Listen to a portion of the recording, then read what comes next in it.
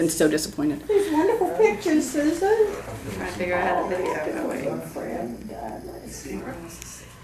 All right, Denise, whenever you are ready. Are you going to hold that the whole time? Tired. Okay, all right. All right, I won't worry about you. Yeah.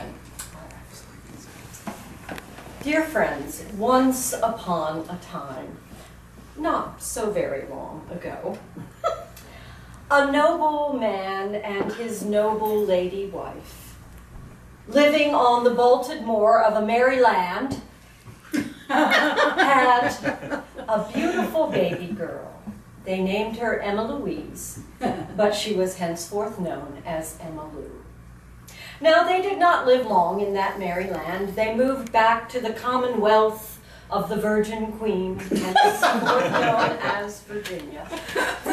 And they moved to a county named after a woodsman, Matt Hughes. Strange name. Don't really understand why they call it that, but it is a beautiful place by the bay of the Chesapeake. And there their little daughter prospered. How she loved to look out over the beautiful blue water of the bay, to collect shells along the beach. She loved to see the sky and all the flowers and the trees. But unlike other little maids who, when they saw an insect, would scream and run, Emma Lou was fascinated. Whether they were ugly or whether they were beautiful, she captured them and preserved them and displayed them. In fact, she displays them too, still, but more about that later.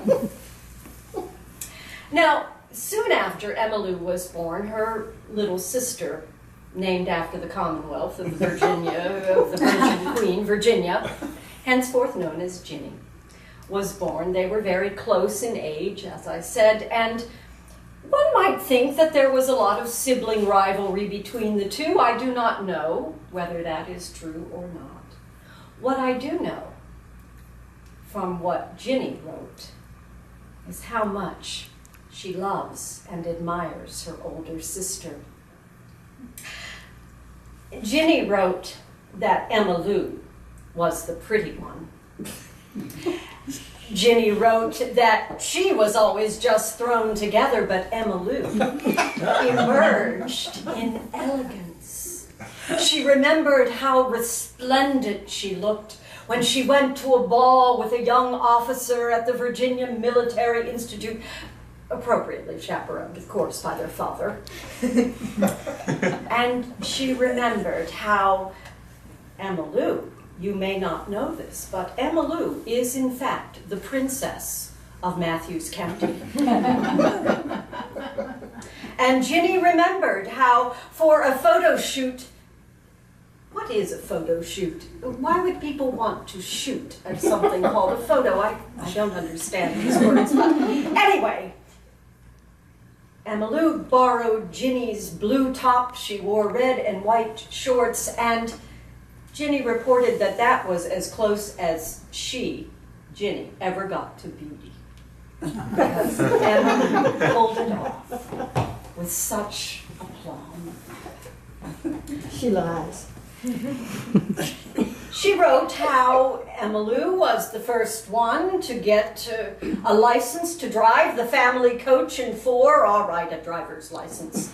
And she was amazed at how her sister had a facility to use tools that back in those days were reserved only for men. She preferred shop to home ec.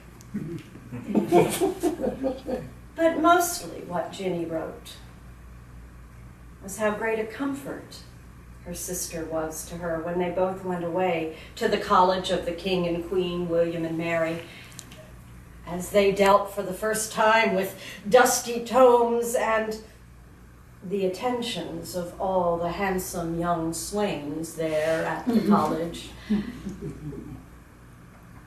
and how Emma Lou was a bastion of courage and strength.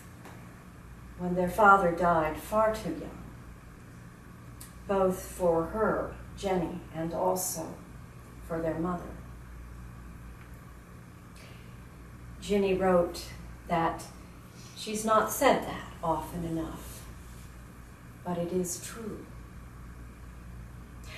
Now, while she was at the College of the King and Queen, she met a tall, handsome young man.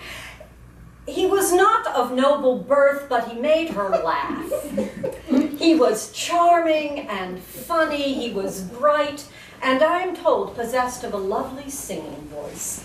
His name was William Martin, and he won her heart. He had a great calling. He wanted to be a clergyman, and so the Princess of Matthews County laid aside her crown and married that young man. Away he went to the city of Alexandria to learn his craft as a clergyman, and 2 years later, their first child, a lovely daughter named Susan, was born. And soon after, their son, James, called Jim, and when they took their first call, and I do say that intentionally, they took their first call, because you see, when you are married to a clergyman, it's not only his call, it is the call of the wife as well. When they took their first call out to the area around Scottsville, Virginia, their third child, a lovely blonde daughter, Sarah, was also born. Emma Lou, as her friend Blanchard wrote, was an adoring mother.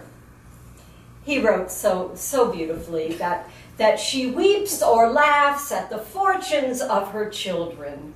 Her love is unconditional. Another relation, J.T., wrote a humorous story when Sarah was just a toddler.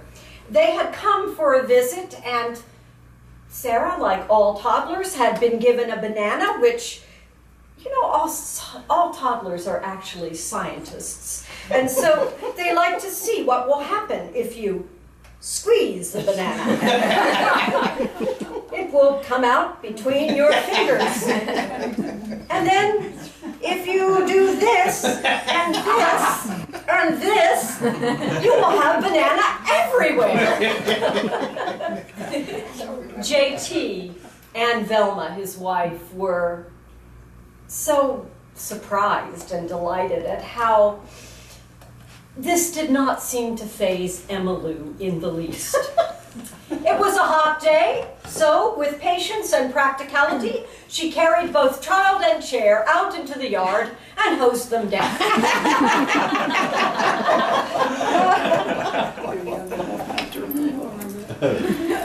Velma commented that she would have never been so patient. Another childhood memory that her son Jim wrote, he remembered the first joke that they ever heard their mother tell. Artichokes 2 for $1 at Ukrop's. Think about it. Artichokes 2 for $1. All right, well, it was...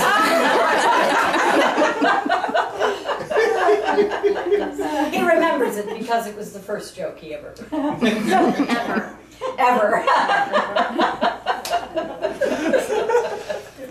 But he also remembers with great fondness that his mother can cook the best steak in the world, that she can still whip together a meal for 10, just like that, and that she's taught him how to be thoughtful with the cards that she sends and the gifts at Christmas time.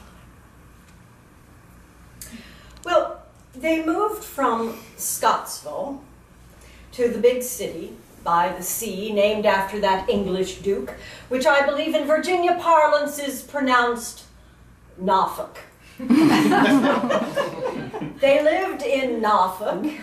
Bill became the chaplain at Old Dominion University, and Emma Lou was so involved in the community there. Blessing all with her presence, she made crafts, for the school fairs. She was the president of the women of the church at the Church of the Good Shepherd Episcopal Church there in Norfolk. And she even started a business called Monarch Crafts, perhaps after the College of the King and Queen, who knows. But they made porcelain necklaces, little pendants, and graced them with macrame. It was the 70s after all. And she made many, many friends there in Norfolk. They lived there for 10 years, and because she had made so many friends, she was so much a part of that community.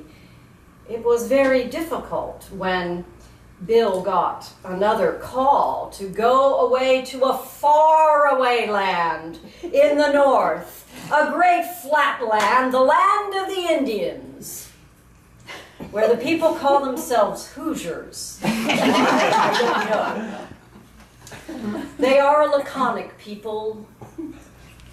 Strange, I can say this because they are in fact my people, but I digress.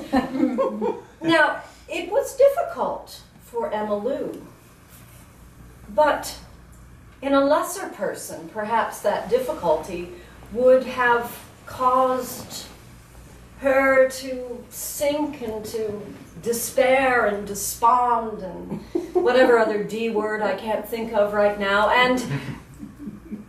But in a courageous person, in a person possessed of a strong spirit, she flourished in that adversity. And in fact, it was during that time when they lived in that land, that faraway little Yankee land of the Indians, that she went on a pilgrimage to a place called Aramont.